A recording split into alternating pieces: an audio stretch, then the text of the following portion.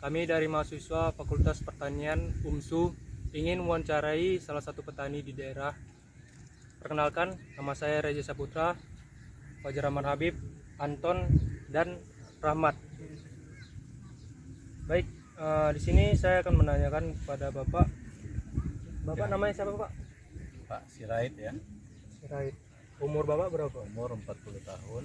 Pendidikan? Pendidikan terakhir SMA. Lokasi kita ini di mana itu? Ini lokasinya di Dusun 5, Desa Pematang Johar, Kecamatan Labuhan Deli, Kabupaten Deli Serdang. Dalam kultur teknik tanaman padi ini Bapak ini kayak mana, Pak? Kalau kultur tekniknya ini dilakukan 2 kali traktor. Traktor pertama itu awalnya ketika tanahnya sudah bagus dan bibitnya sudah bisa ditanam, maka dilakukan traktor kedua, dihaluskan tanahnya, barulah padinya bisa ditanam. Jadi biaya untuk traktor sawahnya per rantai itu berkisar berapa, Pak? Biaya untuk traktor itu, untuk 2 kali traktor itu sebesar 65.000 sampai 70.000 per rantainya. Per rantainya. Jadi besar itulah biaya yang dikeluarkan tadi. Jadi ketika pola tanam dalam tanaman padi Bapak ini gimana pola tanam, Pak? Pola tanamnya monokultur ya, monokultur. Kalau varian padinya ini varietasnya ceriang ya, ceriang kalau nggak salah ceriang. Namanya pun agak-agak payah diingat. Iya, Pak. Jadi jarak tanamnya itu, Pak, kisaran berapa? Jarak tanam kalau kita lihat hampir sama, antara 15 sampai 20 cm Iya, Pak. antara padi yang satu dengan yang lainnya. Karena kalau terlalu rapat jarak tanamnya, nanti tidak oleh istilah petani bilang padinya nggak beranak gitu. Nggak banyak, dia cuman jadi dikit-dikit. Nah, jadi kalau kita lihat yang ada kan itu antara 15 sampai 20 cm. Bagaimana frekuensi pada teknik penanaman padi ini, Pak? Penanaman padi di daerah ini atau di Dusun 5, Desa Pematang Johar ini itu setahunnya 2 kali musim, 2 kali musim tanam. Jadi 1 kali musim itu sebenarnya waktunya butuh 4 bulan. Berarti kalau 2 kali kan sekitar 8 bulan. Tapi setelah panen itu ada jedanya, ada istilahnya istirahatnya sekitar 1 bulan lebih, supaya tanahnya kembali ya ke habitatnya lah, subur kembali, nggak terpaksa dia. Kalau dalam pemupukan kira-kira berapa kali? Pemupukan yang dilakukan petani itu rata-rata yang kita lakukan juga itu antara 2 sampai 3 kali dalam 1 musim. Itu pemupukan pertama itu ketika padi berusia 10 hari sejak ditanam, itu dipupuk dengan urea, kemudian nanti ZA dan pupuk untuk buahnya ya, mutiara biru ya, NPK itu. Itulah dia pemupukan yang dilakukan. Bagaimana cara penanganan gulma pada tanaman padi ini, Pak? Penanganan gulma untuk penanaman padi di sini itu pertama itu dilakukan dengan tenaga petani. Mungkin kita lihat kalau di sawah-sawah itu kan ada istilahnya petani itu merumput ya. Nah, itu termasuk penanganan gulma. Kemudian yang kedua bisa juga dengan menggunakan herbisida. Nah, jadi itulah pola penanganan gulma yang ada. Jadi kalau gulma-gulma yang ada di sini itu ada eceng gondok, kemudian juga ada genjer ya, kalau bahasa kita genjer, kemudian ada juga apapun tadi ada saya lihat apa namanya itu kangkung, rumput teki. Dan kalau ini yang kita lihat di sini ada kecil ini kayak kiambang ini, kalau petani sini bilang itu apa, mata lele ya, istilah bahasa petani yang ada di sini. Itulah gulma-gulma yang ada. Biasanya itu, Pak, dengan cara penggunaan herbisida gitu, Pak, atau Sebahagian yang lebih dominan gitu yang sebahagian ya, sebagian menggunakan herbisida, Kalau ini apa namanya ini mata lele ini, Iya pak. ini diberantas dengan herbisida disemprot pun nggak mempan ya. Oh. Nah, jadi ini juga ada musim-musimnya. Nanti terkadang musim tanam berikutnya ini nggak terlalu banyak. Ada juga terlalu banyak dia.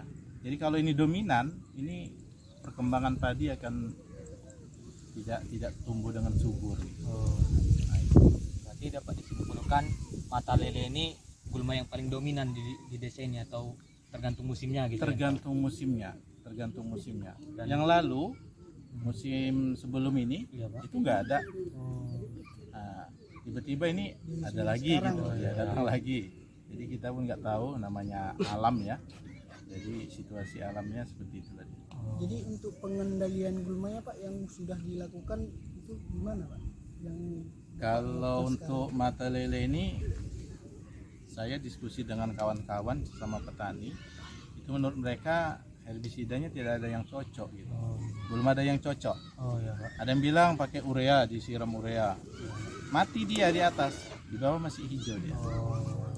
Nah, tapi yang pernah kami lakukan itu karena mata lele ini penuh itu di sawah itu sekitar 7,5 rantai penuh semua. Ya ditanggoin manual. jadi untuk pengendalian yang sebelumnya belum dilakukan itu apa Pak? Kisaran Pengendalian gulma ini yang belum dilakukan. yang belum dilakukan. Iya Pak. Ya yang belum dilakukan sampai hari ini kita belum menemukan obat kimia untuk pestisida memberantas gitu. pestisidanya ataupun ya bahan kimianya lah kan. Jadi kalau bagaimana frekuensi pengendaliannya Pak? Frekuensi pengendaliannya biasanya setelah tanam Iya pak. itu kan kira-kira 2 minggu atau 3 minggu ke depannya itu gulma kan hadir di tengah-tengah padi. Itu biasanya ya dirumput, kemudian kalau misalnya kayak di bentengan kayak gini kan masih memungkinkan untuk disemprot ya kan. Seperti itulah pengendaliannya. Namun memang tanaman padi ini kan ada kawan saya petani juga mengistilahkan padi ini ibarat seperti kita punya tanaman yang harus betul-betul dirawat. Nah, jadi semangatnya, istilah kalau orang petani bilang kan semangat. Semangatnya itu akan terus ada ketika sesering mungkin dipantau, sesering mungkin dilihat-lihat gitu. Istilah begitu ada orang petani. Jadi Pak, kira-kira biaya pengendaliannya Biaya pengendalian gulma ini maksudnya. Iya pak. Itu ya istilahnya tentatif lah, tergantung obat yang kita gunakan.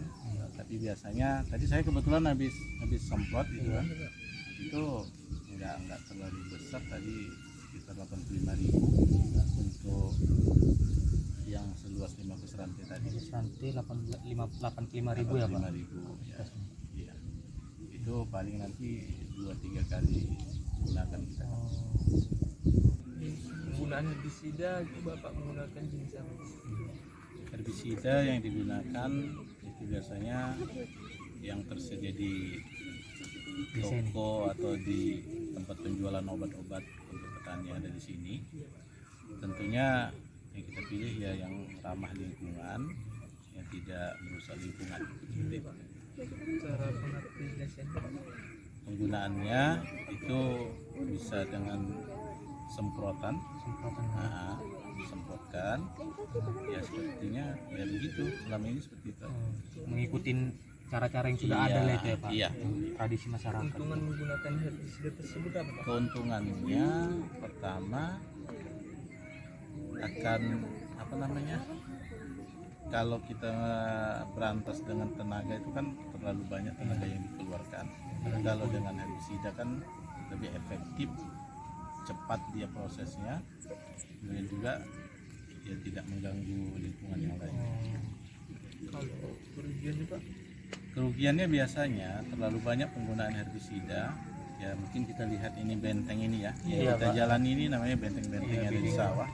Bedengan-bedengan ini kalau terlalu banyak herbisida, itu bedeng-bedeng itu akan terlalu lembek tanahnya, tidak keras, makanya cepat menghancurkan bedengan-bedengan itu. Gitu. Itulah ya. Iya, kemudian ya bisa juga merusak kontur tanah kan kalau terlalu banyak herbisida. Jadi penggunaan herbisida ini harus sesuai takaran dan Iya, dosis yang sesuai takaran, kemudian kemudian petunjuk saran penggunaannya juga supaya bisa tepat guna gitu. Ya, tidak salah sasaran kalau ke Pak Pani. Iya, iya, tidak berlebih. Ngomong-ngomong Pak, biaya produksi lahan Bapak ini satu musim berapa nih Pak? Ini biasanya kalau di total sih dari biaya traktor, kemudian bibit, sampai pada biaya jasa nanam, sampai nanti biaya jasa waktu panen itu sekitar 5 sampai 6 juta itu dalam satu kali musim. Satu kali musim ya Pak. Dari musim. Dalam luasan wilayah Bapak kan 15 rantai tadi lah. 15 rantai. Kalau dia 2 musim Pak berapa? ya, Ya, 2 kali lipat dari ya, 2 kali lipat lah. lipat. Nah, jasa biasanya kan 2 kali lipat dari biaya yang dikeluarkan ketika satu musim. Jadi, Pak, kira-kira Pak, hasil Bapak kan udah lama nih jadi petani istilahnya lah gitu ya. Iya, iya. Hasil produksi yang Bapak keluarkan biaya produksi itu Pak, apakah Menutup. menutup dengan hasil panen yang kita dapat gitu Pak menurut Alhamdulillah masih bahasanya ada untung lah. Walaupun petani ini kan sebenarnya nggak besar tapi ada konsepnya kan berkah gitu. Dapatlah artinya untuk makan sendiri ataupun ya untuk biaya anak sekolah pun masih bisa lah dari Keluarga. iya. Karena biasanya termasuk sedikit sih hasil lagi di Magesan itu termasuk sedikit hasilnya biasanya 4 ton per musim. Kalau di lahan Bapak ini kira-kira ada pengurangan nggak Pak dari hasil produksi atau biayanya? Maksudnya hasil panennya gara-gara gulma gitu? Iya Pak. Tekanan Kalau banyak gulma ya pastilah itu akan mempengaruhi hasil panennya, apalagi tidak bisa diberantas ya kan. Iya, Itu pas kebetulan ada tetangga kemarin itu sekitar 2 rantai gitu luasnya sama sekali nggak panen gitu. Gulmanya waktu itu eceng gondok ya. Eceng gondok itu ternyata cepat dia merambah. Nah, penuh semua satu sawah itu eceng gondok. Jadi kalau dari eceng gondoknya yang tumbuh subur, padinya itu akan kalah istilahnya kalah bersaing lah. Bersaing. jadi kompetisi Jadi lah. daya Iya. tumbuh dia itu berkurang. Kurang, Gitu. nggak sanggup dia mengimbangi Iya. gulma itu. Harga jual padi ini Pak setelah panen itu berkisaran berapa Pak? Biasanya sekitar 4.500 lebih lah. Nah, terkadang juga kalau padi itu tidak tertimpa situasi alam, misalnya nggak kena angin ataupun nggak tertimpa banjir, itu stabil harganya. Tapi kalau dia basah gabahnya akan lebih murah harga jualnya. Berapa? 400 4.600 atau 4.500 harga gabahnya gitu. iya per kilogramnya. Jadi itu biasanya bersihnya seperti itu. Nah, Kira-kira Pak kan ada nih polemik yang semalam ini ya, yang kita perlu ekspor gitu Pak, impor dari luar negeri gitu kan, untuk apa gitu memenuhi kebutuhan padi kita. kemudian pangan lah ya. Iya. Cuman kan Bapak, tanggapan Bapak sebagai petani tersendiri gitu Pak. Kalau menurut saya kasihanlah sama petani kita. Artinya kan secara leluhur bangsa kita ini juga kan banyak petaninya. Jadi kalau petaninya tak artinya diperhatikan, justru kalau sebaliknya konsepnya itu memperhatikan petani mungkin hasilnya lebih banyak. Ngapain pula kita harus impor gitu, hasil kita juga ada. Nah, gitu. Jadi untuk penghasilan tiap pemanenan itu penghasilan Itu tadi kalau mungkin kami tidak banyak hasilnya, yang 15 rantai itu tadi paling sekitar 4 ton lebih, 4 ton lebih itu satu kali musim. Itu ada sudah kita 2 kali musim ikut di sini. Ya beda-beda sedikit aja sih, nggak terlalu jauh penurunannya. jadi perhitungannya itu dalam 1 tahun itu kisaran berapa lagi Pak? Kalau dalam 1 tahunnya itu kan rata-rata 2 kali musim, 2 kali menanam, 2 kali panen, ya tinggal istilahnya kali 2 lah rata-rata gitu, karena tak jauh. Nah, tidak rentang terlalu jauh ya, kecuali situasi alam ya. Iya Pak. Kalau tidak ada gangguan, bisa normal dia, airnya bagus, cuacanya bagus, ya insya Allah hasilnya juga Hasil padinya. bisa diharapkan. Oh, cukup sekian daripada wawancara kami kepada Bapak Sirait atas kepemilikan tanaman padinya.